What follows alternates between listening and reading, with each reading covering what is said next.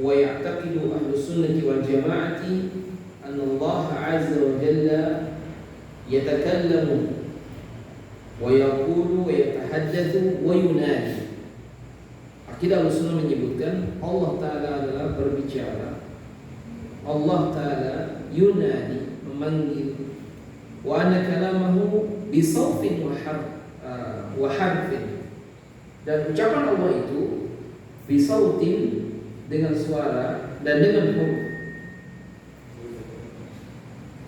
Wa anna al-Qur'ana kalamuhu, dan Quran itu adalah ucapan Allah. Quran adalah ucapan Allah Subhanahu wa ta'ala, munazzalun ghairu makhluqin. Quran itu diturunkan dan Quran bukan makhluk. Quran diturunkan dan Quran bukan makhluk. Wa kalamullah sifatun dzatiyah wa sifatun fi'liyah. Dan Quran itu dia sifat dzatiyah sekaligus sifat fi'liyah. Maksudnya ketika Allah Ta'ala berbicara, maka terserah kehendak Allah Ta'ala kapan Allah mau bicara dan kapan Allah Ta'ala diam. Tetapi sifat kalam juga dia adalah sifat dzatiyah yang melekat selalu ada pada Allah Subhanahu wa ta'ala. Maksudnya dzatiyatun bi'tibari aslih, sifat ini ada pada Allah sesuai asalnya, wa fi'liyatun bi'tibari ahadihi, dan dia itu sifat fi'liyah karena kalau Allah Ta'ala menghendaki Allah berbicara. Makanya Allah Ta'ala mengajak bicara Nabi Musa, kalau Allah Musa takliman, dan Allah Ta'ala tidak menghabarkan dengan nabi-nabi yang lain, berbicara langsung dengan Nabi Musa, bagaimana Allah Ta'ala berbicara kepada Nabi Muhammad SAW. Termasuk juga dalam surat Al-Qasas misalnya, falamma ataha nudiya min syati'il wadi al-ayman fi buqatil mubarakah min asy-syajarati ayya Musa inni ana Allah rabbul alamin. Allah berfirman kepada Nabi Musa, wahai Musa, inni ana Allah, aku adalah Allah Ta'ala, rabbul alamin, aku adalah Rabbnya alam ini. Dalam ayat yang lain dalam surat Al-Kahfi, qul law kana al-bahru midada li kalimati rabbi lanafida al-bahru qabla an tanfadha kalimatu rabbi walau ji'na bimithlihi madada. Kalau sekiranya air laut dijadikan sebagai tintanya untuk menuliskan kalam Allah, pasti akan habis sebelum kalimat-kalimat Allah selesai dituliskan. Ini perumpamaan yang luar biasa. Laut itu kalau dibuat tintanya, itu akan habis menuliskan kalam Allah, kalimat-kalimat Allah Rabbul Alamin. Termasuk juga dalam surat Taubah, kenapa Quran disebut kalam Allah? Karena Allah Ta'ala juga berfirman, wa in ahadun minal musyrikin, ya, wa in ahadun minal musyrikin istajaraka fa'ajirhu hatta yasma' kalam. Disebutkan hatta yasma' kalam Allah, sampai mereka mendengar ucapan Allah. Maksudnya bacaan Quran. Jadi Quran yang kita baca itu kalam Allah. Quran yang kita dengar kalam Allah. Sebagaimana kalau kita menulis, alhamdulillah rabbil alamin, kalam Allah, bukan makhluk. Termasuk juga dalam surat An-Nisa, wa man asdaqu minallahi haditsan. Manakah yang lebih benar dari ucapan Allah? Disebutkan haditsan. Dari sini menunjukkan kalau itu pembicaraan bisa didengar, disaut, dengan suara dan dengan huruf. Tetapi mentafsirnya cukuplah kita mengatakan dengan mengatakan kalam, itu lebih aman. Apakah Quran itu makhluk? Kita bilang bukan. Sebagian ulama ketika mentafsir merinci, apakah kali ini mushaf? Apakah mushaf ini makhluk atau kalam Allah? Yang lebih aman itu kalam Allah. Sahih kertasnya makhluk, tetapi isi di situ adalah ucapan Allah Subhanahu wa ta'ala. Wa hadithu ihtijaj Adam wa Musa an Abi Hurairah, dalam hujah Nabi Adam dan Nabi Musa. Jadi dulu pernah, bukan dulu ya, Rasulullah mengkabarkan, dan ini belum kejadian. Dalam syarah hadis ini belum terjadi. Terjadinya nanti di mana? Amama rabbihima, di hadapan Rabb keduanya. Fahajja Adam Musa. Nabi Adam mengalahkan hujahnya Nabi Musa. Sekarang kita lihat apa kata Nabi Musa. Di sini nggak dicantum, tapi saya masih ingat sebagian lafaz panjang hadisnya. Faqala Musa, berkata Nabi Musa alaihissalam. Jadi Nabi Allah Adam dengan Nabi Musa berdialog di hadapan Rabb keduanya di hari kiamat. Di dunia belum terjadi. Karena Nabi Adam dan Musa tidak pernah ketemu. Allahu a'lam. Yang jelas sebagian syarah menyebutkan nanti obrolan ini akan terjadi di hari kiamat. Faqala Musa, berkata Nabi Musa kepada Nabi Adam, "Anta ya Adam, abul bashar." Engkau adalah bapak manusia. Khalaqaka biyadayhi. Engkau diciptakan Allah dengan kedua tangannya. Wa askanaka fi jannatihi. Engkau juga yang Allah jadikan tinggal di surganya. Wa asjada laka malaikatahu. Dan engkau juga yang dijadikan oleh Allah malaikat sujud kepadamu.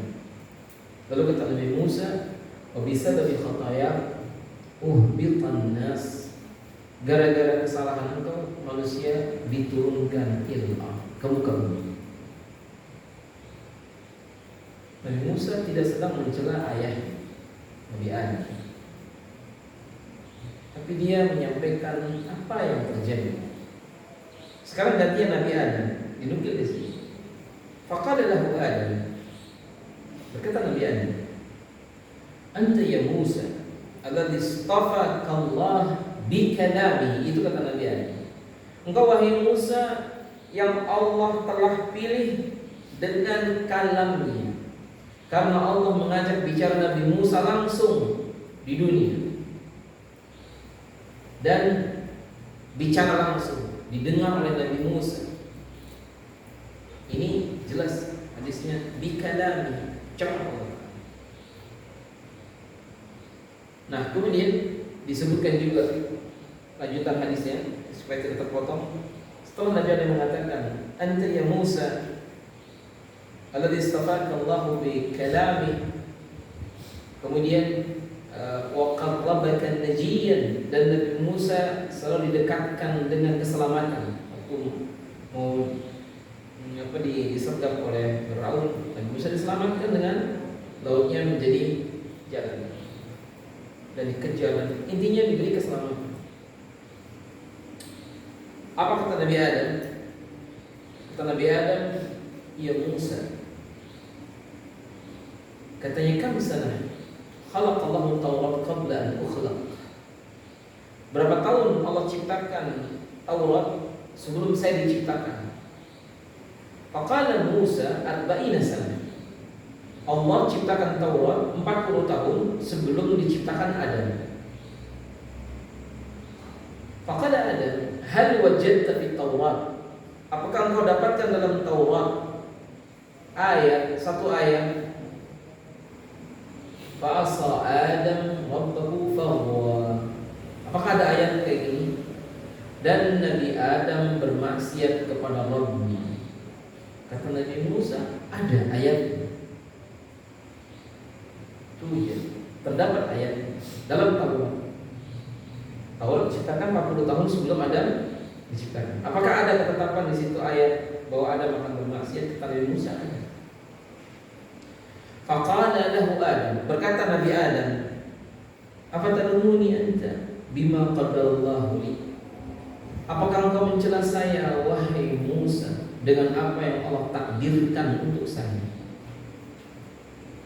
Maka di ujung hadisnya apa?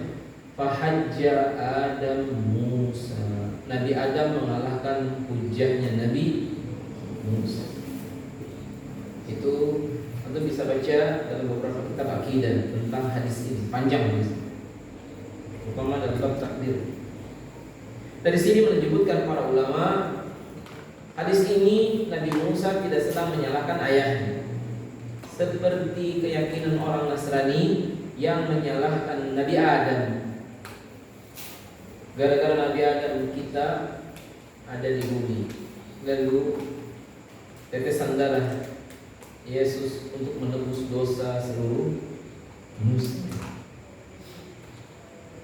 Ini keyakinan yang salah.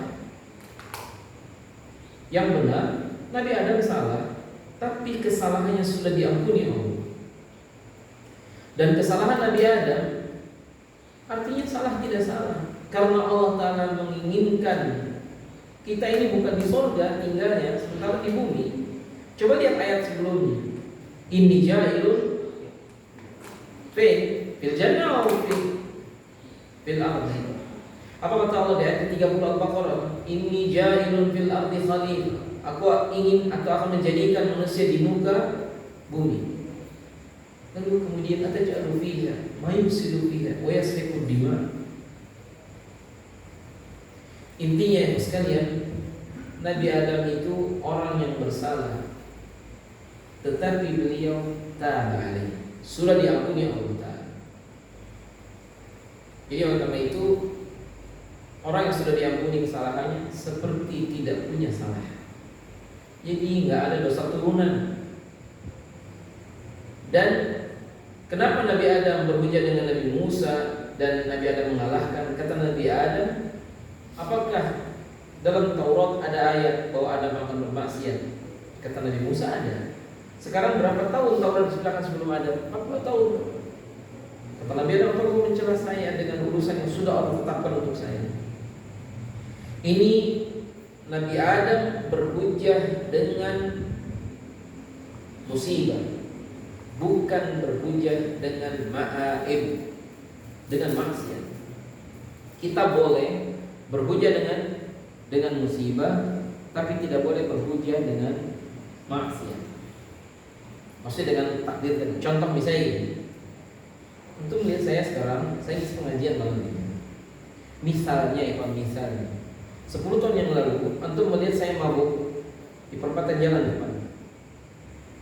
Lalu di antara antum mengatakan, bukankah dulu antum yang mabuk di perempatan jalan 10 tahun yang lalu? Sekarang isi pengajian. Maka saya akan bilang, iya, qadarullah wa ma syaa fa'al. Dulu saya mabuk. Misal. Itu namanya berhujah dengan musibah. Seperti ikhwan yang jadi muazzin di Gunung Pati, tangannya isinya tatoan semua. Karena dia alumni di Kedungpan, penjara.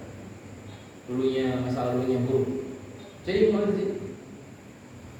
Orang-orang yang di masjid kadang lihat kalau dia azan, itu muazzinnya tatoan semua, tapi azannya bagus. Saya cuma bilang, antum kalau azan pakailah tangan panjang. Gimana dia pakai tangan pendek sih, tidak berular? Jadi muazzin. Satunya lagi kalau nggak salah gambar harimau atau apa tuh. Tubuhnya banyak tatonya. Maka ada orang yang tidak sabar, mas muazzin, ini bagus tadi, tapi itu tatonya banyak sekali. Maka dia boleh berhujah seperti Nabi Adam. Ya, saya dulu 5 tahun yang lalu saya baru masuk penjara gara-gara dia anak pang, ya kan. Kemudian setelah masanya habis, dia bertobat dan saya jadi muazzin. Dan itu yang terjadi pada beberapa ulama. Fudail bin Iyad, dulunya dia mabuk, sadar gara-gara mendengar bacaan yang di satu rumah yang hendak dia rampung. Alam ya'ni lil ladzina amanu an tas'a qulubuhum bi dzikrillah. Nah, yang tidak boleh berhujah dengan takdir dari ma'aib. Yustadallu bil qadar bil ma'aib. Contohnya pencuri mau mencuri di satu rumah, lalu ketangkep. Kenapa kamu mencuri? Saya takdir dia mencuri. Maka ini berhujah dengan maksiat. Maka ini nggak boleh. Seperti seorang yang memuji takdir, Ada mangga punya orang, saya mau tahu takdir saya, dipetik, nggak bilang-bilang sama yang punya. Kalau dipetik dapat, oh takdir saya mencuri. Bukan begitu, ya, ini nggak beres, ya. Keyakinan yang salah. Jadi Nabi Musa tidak sedang mencela ayahnya, dan Nabi Adam mengalahkan hujah Nabi Musa. Dari sinilah sebagai dalil bahwa Nabi Musa dipilih oleh Allah untuk diajak bicara di dunia, karena jelas-jelas Allah mengatakan wa kallamallahu, fa'ilnya Allah Ta'ala, Musa takliman, maf'ulnya Nabi Musa. Kalau domahnya tadi diganti jadi fathah, wa kallamallaha Musa, tapi yang berbicara bukan Allah tapi Nabi Musa. Dan ini sangat mungkin kalau orang ini yang berbicara Allah Ta'ala, ya kawan. Kemudian contoh yang lain, hadits kisahil ifki wa qaulu Aisyah radhiyallahu ta'ala anha, katanya wala sya'ni fi nafsi kana ahqara min an yatakallama Allah fiyya bi amrin yutla. Kisah ifki. Jadi Nabi Aisyah sangat menginginkan nanti yang membersihkan namanya dari tuduhan adalah firman Allah Ta'ala, dan itu betul terjadi. Makanya kisah ifki diabadikan dalam Quran, diceritakan oleh Allah dalam Quran. Bagaimana beberapa kasus di zaman Nabi, cerita perang Badar di surat Al-Anfal. Kemudian kisah Ashabul Kahfi diceritakan, kisah Nabi Yusuf diceritakan. Semuanya dalam bentuk firman Allah Subhanahu wa ta'ala. Maka dari itu kalau kita sedang membaca kisah tapi dalam bentuk ayat, maka kita sedang membaca firman Allah di ayat tersebut. Atau cerita masalah hukum, tapi itu dalam firman Allah, maka kita sedang membaca firman Allah. Makanya kalau ada doa dan itu ayat, para ulama kenapa tidak boleh membaca doa ketika sujud yang itu ayat Quran? Maksudnya tidak membaca ayat Quran ketika dalam keadaan tadi. Kalau kita membaca doanya, kebetulan doa-doa dari Quran kita meniatkan itu adalah doa, tidak masalah. Dan intinya betapa banyak doa dalam Quran. Atau hadis Sa'id Al-Khudri, innallaha yaqulu li ahlil jannah, Allah berfirman kepada penduduk surga. Bayangkan di sini, innallaha yaqulu, Allah berkata, kalau bahasa kita berkata, Allah berfirman kepada penduduk surga, ya ahlal jannah, wahai penduduk surga. Semoga kita ada di situ, ya. Fayaqulun, kata penduduk surga, labbaika rabbana wa sa'daika wal khairu fi yadayk. Labbaika rabbana, aku penuhi panggilanmu wahai Rabb kami. Wal khairu fi yadayk, segala kebaikan ada pada tanganmu. Sekarang fayaqulu, Allah lagi yang berkata. Apa kata Allah? Hal raditum, apakah kalian sudah rela dengan surga dan isinya? Bayangkan, masuk surga dengan segala kenikmatan. Apa kalian rela? Ini hadisnya panjang, kita potong di sini aja. Penduduk surga mengatakan iya. Balai. Kata Allah, maukah kau beri tambahan? Penduduk surga, ini sudah sangat cukup. Apakah ada tambahan lagi? Maka Allah bukakan hijab. Maksudnya penghalang antara Allah dengan penduduk surga, sehingga penduduk surga melihat wajah Allah Subhanahu wa ta'ala. Jadi siapa yang yaqul? Allah Ta'ala. Allah yang berkata, yang berfirman. Jadi makanya ada hadis yang lain dalam Sahih Muslim, biduni turjuman, tidak ada penerjemah antara Allah dengan kita, dan itu dalam keyakinan Ahlussunnah. Hadis Abdullah bin Abbas, bainama Jibril qa'idun inda Nabi sallallahu alaihi wasallam. Ketika Jibril dia datang duduk dengan Nabi sallallahu alaihi wasallam. Kemudian kata Jibril, absyir binuraini lam yu'tahuma nabiyyun qabla. Berbahagialah engkau wahai Muhammad SAW dengan dua cahaya yang tidak pernah diberikan kepada orang-orang sebelum engkau. Apa yang dimaksud Fatihatul Kitab? Yang dimaksud dua cahaya ini adalah surat Al-Fatihah wa khawatimi surat Al-Baqarah, dan akhir surat Al-Baqarah. Dia adalah ayat kursi. Kemudian kata Jibril, lan taqra'a biharfin minhuma illa utitu. Kalau seseorang membacanya misalnya, dia membacanya pasti akan diberikan apa yang dia inginkan. Hadirin sekalian, banyak lagi dari sini menunjukkan bahwasanya ketika Al-Quran itu disebutkan dan dia adalah kalamullah subhanahu wa ta'ala, maka kalam Allah itu sifat bisa dzatiyah, bisa juga fi'liyah. Hadis Adi bin Hatim, hadithu Adi bin Hatim radhiyallahu anhu, qala Rasulullah SAW. Ini yang tadi kami bilang di awal. Apa kata Nabi? Ma minkum min ahadin, tidaklah seseorang di antara kalian illa sayukallimuhu rabbuh, kecuali Allah akan ajak bicara. Setiap kita akan diajak bicara. Laisa bainahu wa bainahu turjumanun, tak ada antara dia dan dia, kita dengan Allah, seorang penerjemah. Wala hijabun yahjubuhu, tidak ada hijab antara kita dengan Allah Ta'ala. Jadi Allah sayukallimuhu rabbuh, akan bicara. Hadits dari Sayyid Al-Khudri, yaqulu Allah Ta'ala, Allah berfirman, Allah berkata, Dia berfirman kepada siapa? Nabi Adam. Ya Adam, kata Allah. Fayaqulu Adam, labbaika wa sa'daik. Nabi Adam mengatakan labbaika, panggilan wahai Allah. Fayunada bisautin, maka kemudian yunada bisautin. Saut adalah suara. Dipanggil dengan suara. Innallaha ya'muruka an nukhrija min dzurriyyatika ba'tsan ilan. Sesungguhnya Allah Ta'ala menyuruh engkau untuk mengeluarkan dari keturunanmu diutus ke neraka. Memang dari anak itu ada yang masuk neraka, dan banyak. Dan itu diantara syarah hadis ini menunjukkan, karena kita sedang membahas masalah sifat kalam, bagaimana Allah bicara kepada Adam.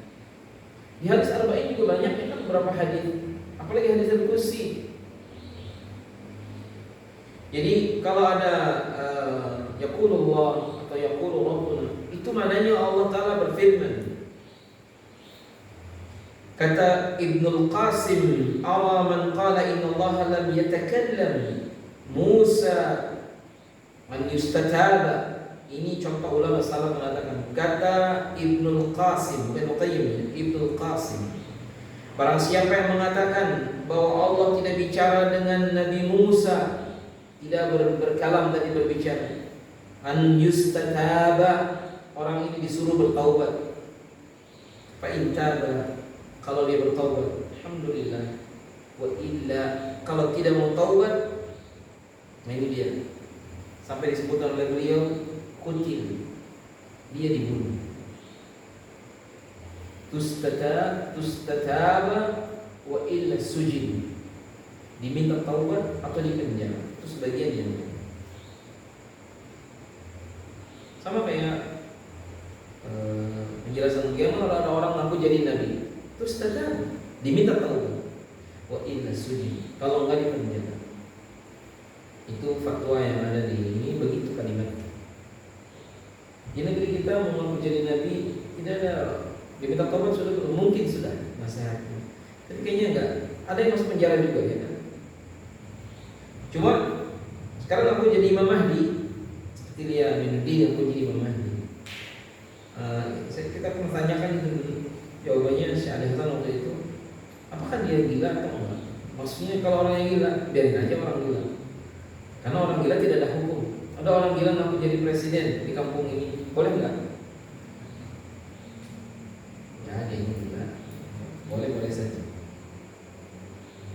وعلق ابن رشد قائلا أما من قال إن الله عز وجل لم يتكلم موسى فلا إشكال ولا اختلاف في أنه كافر يستتاب.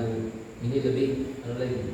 Kalau ada orang menyengaja dan yakin bahwa Allah tidak berbicara kepada Nabi Musa alaihissalam, maka dia ganti itu ayat jadi ayatnya wa kallamallaha Musa takliman, supaya masuk di akal. Nabi Musa yang bicara kepada Allah, maka dia diminta taubat dan dia bisa kafir.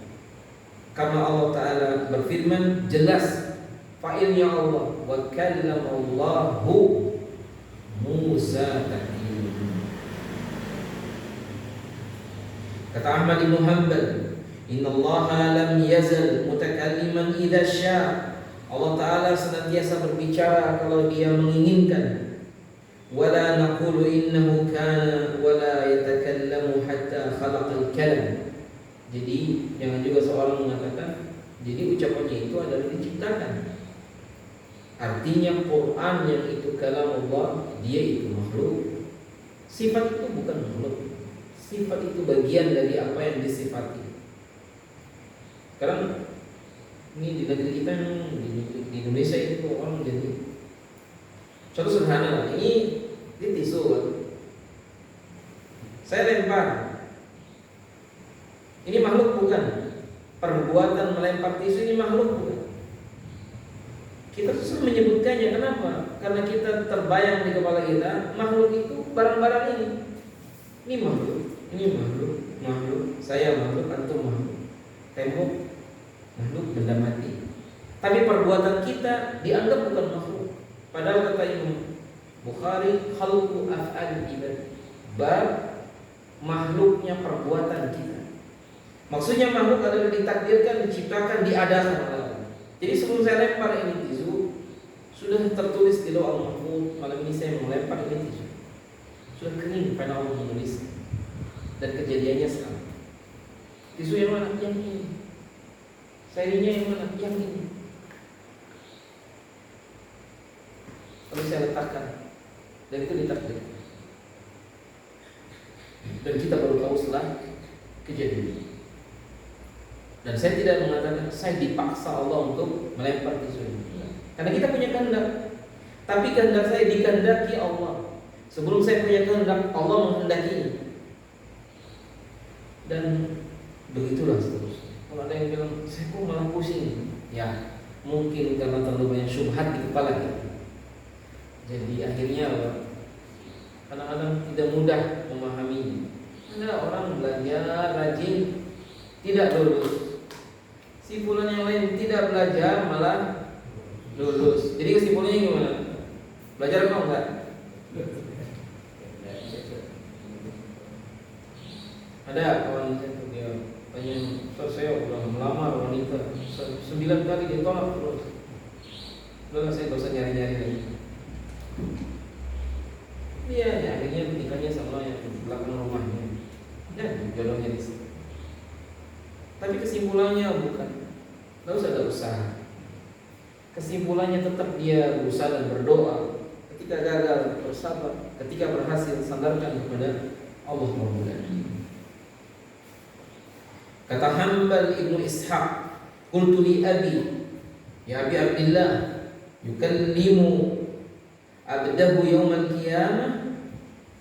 Jadi Hanbal bin Ishaq ini berkata kepada Abi Abdillah atau ini Abi Abdillah, apakah Allah berbicara kepada hambanya di hari kiamat? Jadi dia meragukan. Maka beliau mengatakan na'am.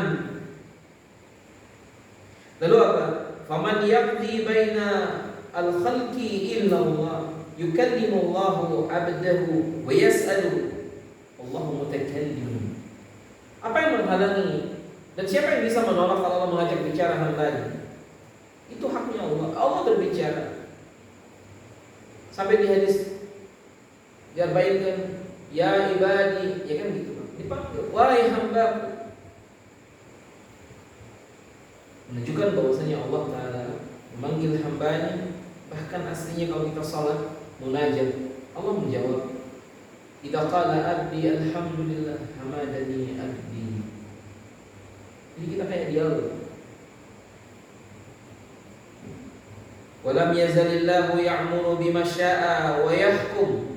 Allah memerintahkan dengan apa yang Dia kehendaki dan menghukumi. Walaysa lillahi 'idlun wala mithlun. Dan Allah tidak ada yang semisal, enggak ada yang diukur. Jadi kita tidak bisa bandingkan Allah dengan makhluk. Kita itu selalu kadang bingung karena kita selalu banding-bandingkan. Kalau Allah turun ke langit dunia, berarti kalau seperti malam akhir di langitnya kosong. Karena kita makhluk, kalau kita ada di sini, di rumah kita ada kita enggak? Enggak ada. Kalau ini sudah geser ke sini, di sini udah enggak ada. Itu makhluk. Jangan kan itu, Allah memiliki dua tangan, dua-duanya kanan. Banyak orang yang menolak. Gimana dua-duanya kanan? Ya kalau makhluk iya, kanan kiri. Begitu juga dengan Allah Ta'ala dalam keadaan berbicara. Kata Abdullah bin Ahmad, "Sa'altu abi," dia bertanya kepada Ahmad bin Hanbal rahimahullah, "an qaumin yaqulun," tentang satu kaum yang mereka mengatakan, "Walamma kalama Allah azza wa jalla Musa lam yatakallam bi sautin." Jadi Ahmad bin Hanbal punya anak namanya Abdullah. Dia menceritakan ada sekelompok kaum yang mengatakan waktu Allah bicara kepada Nabi Musa itu tidak dengan suara, nggak ada suaranya. Lam yatakallam bi sautin.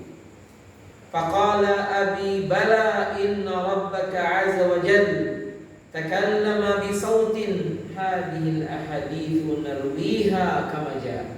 Kata Ahmad bin Hanbal, itu dengan suara kayak apa, bagaimana, wallahu a'lam. Sekarang kalau kita baca Quran, suaranya siapa itu? Suaranya yang baca, tapi yang dibaca apa? Kalam Allah. Jadi mungkin orang kadang bingung karena memang banyak syubhat di kepala kita sekalian. Kata Imam Bukhari, "Inna Allah azza wa jalla yunadi bi sautin yasma'uhu man ba'uda kama yasma'u man qaruba." Allah berbicara dengan suara terdengar oleh orang jauh sebagaimana terdengar oleh orang yang dekat. Falaisa hadza li ghairillahi jalla dzikruh. Ini tidak mungkin sama dengan selain Allah. Orang suara kita yang jauh enggak dengar, yang dekat dengar. Allah yang dekat dengar sebagaimana juga yang jauh dengar. Dalilun anna saut Allah, sebagai dalil bahwa suara Allah Ta'ala la yushbihuhu atau la yushbihu aswat al-khalqi, tidak sama dengan suara makhluk. Lianna saut Allah jalla dzikruh yusmi'u man ba'uda kama yusmi'u man qaruba. Karena suara Allah didengar oleh yang jauh, didengar oleh yang dekat. Wa anna al-malaikata yas'aquna min sauti, dan malaikat pingsan karena suaranya Allah Ta'ala. Fa idza tanada al-malaikatu lam yas'aqu. Makanya dalam hadis yang lain, idza ahabba fulan, ketika Allah cinta si fulan, nada Jibril, Allah memanggil Jibril, lalu dikatakan, "Ya Jibril, Allah cinta si fulan, maka cintailah dia." Maka Jibril memanggil penduduk langit, mengumumkan, Allah cinta si fulan, cintailah dia. Maka seluruh penduduk langit mencintai orang tersebut. Faqala Abul Hasan, berkata Abul Hasan, ini maksud di sini kayaknya Abul Hasan al-Asy'ari, dan dia memiliki akidah Asy'ari. Tetapi sekali lagi, ajma'u ala itsbati hayatillah. Sepakat para ulama bahwa Allah itu Maha hidup, lam yazal biha hayyan. Tidaklah Allah itu mati dan Allah selalu hidup. Wa kalaman, dan Allah selalu berbicara apa yang Dia kehendaki, ma lam yazal bihi mutakallim. Ini kata Abu Hasan al-Asy'ari. Cuma Abu Hasan dalam hidupnya memiliki tiga fase. Ada jadi fase yang pertama, ya, yang kedua, dan yang ketiga itu fase ketika dia menjadi Ahlus Sunnah wal Jamaah. Tapi sebelumnya dia akidah Asy'ariyah, sebelumnya adalah orang-orang ahli kalam atau mutakallimin. Dan ayahnya, ayah angkatnya Al-Jubai, dia adalah seorang yang begitu ya, mendahulukan akal.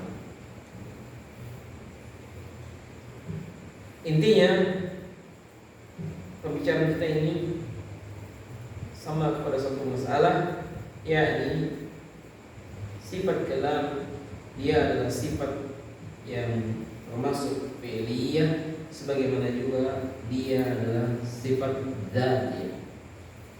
Jadi kalau kita lagi mendengar bacaan Quran, kita sedang mendengarkan kalamullah. Kalau kita lagi baca sayaqulu sufaha'u minan nasi ma wallahum an qiblatihim allati kanu 'alaiha, itu kita sedang membaca kalam. Sedangkan mushaf itu kumpulan kalamullah dari mulai Al-Fatihah sampai surat An-Nas. Apakah boleh dihinakan? Tidak boleh dihinakan. Karena dia adalah kalamullah, ucapan Allah Ta'ala. Bahkan yang ditempel orang di dinding kita, atau yang dihafal dalam dada manusia, itu kalamullah. Itu ikhlas sekalian, sifat kalam ini intinya tidak boleh kita melakukan. Dia adalah sifat Allah Subhanahu wa Ta'ala. Dan yang ada khilaf adalah apakah dia sifat dzatiyah, apakah dia sifat fi'li. Dua-duanya sama. Ketika Allah berbicara, maka itu sifat fi'liyah Allah Ta'ala. Makanya kepada Nabi Musa, kenapa tidak kepada nabi-nabi yang lain yang disebutkan dalam dalil? Ya terserah Allah. Tapi apakah Allah Ta'ala dengan kalam ini sifat dzatiyah? Iya, sifat dzatiyah. Selalu melekat pada Allah Ta'ala. Sebagaimana kita manusia juga ya, ada kemiripan dalam beberapa sifat dengan Allah Ta'ala. Salah satunya kita berbicara, cuman bedanya bicara kita beda dengan bicara Allah Ta'ala. Dan kita bagi yang dekat dengar, pada yang jauh nggak dengar. Jadi dengan handphone. Dan ikhwan sekalian, kata Ibnu Utsaimin, isbatu anna Allah Ta'ala yatakallamu bi sautin. Allah berbicara dengan suara. Walihada yukhatibu Musa wa yukallimuhu. Makanya Nabi Musa berdialog dengan Allah dan berbicara.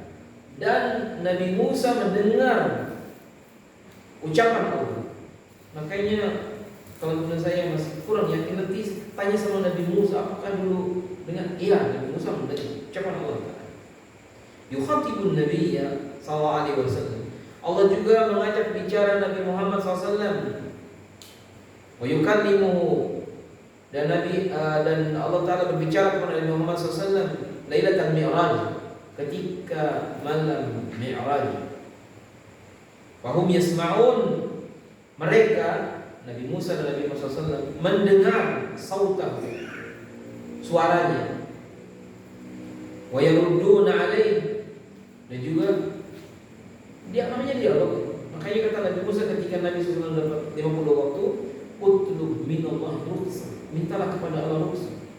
Maka Nabi SAW minta rukhsah, Allah berikan rukhsah. Jadi 40, jadi 30, jadi 20, jadi 10, jadi 5. Ya sebenarnya ini masalah yang kalau kita fitrahnya lurus, apa sulitnya kita menerima keyakinan bahwa Allah memiliki sifat kalam. Cuma coba bayangkan, di zaman Imam Ahmad, beliau dipenjara dan disiksa, yang disebutkan para ulama pakai pecut, yang pecutnya ini untuk pecut gajah, dipakai pecut Nabi Ahmad bin Hanbal. Sehingga setelah dipenjara, tiap hari dipecut, beliau tidak bisa lagi ngajar. Apa yang dipaksa oleh khalifah yang zalim? Nabi Imam Ahmad disuruh mengatakan Quran makhluk. Beliau tidak mau. Quran kalamu, sampai di penjara. Dan begitulah para ulama teguh berpegang dengan sunnah sampai walaupun disiksa tidak berubah. Kalau yang banyak negeri kita kadang-kadang berubah, ya kan? Apakah ini haram? Haram. Kasih uang yang dikit.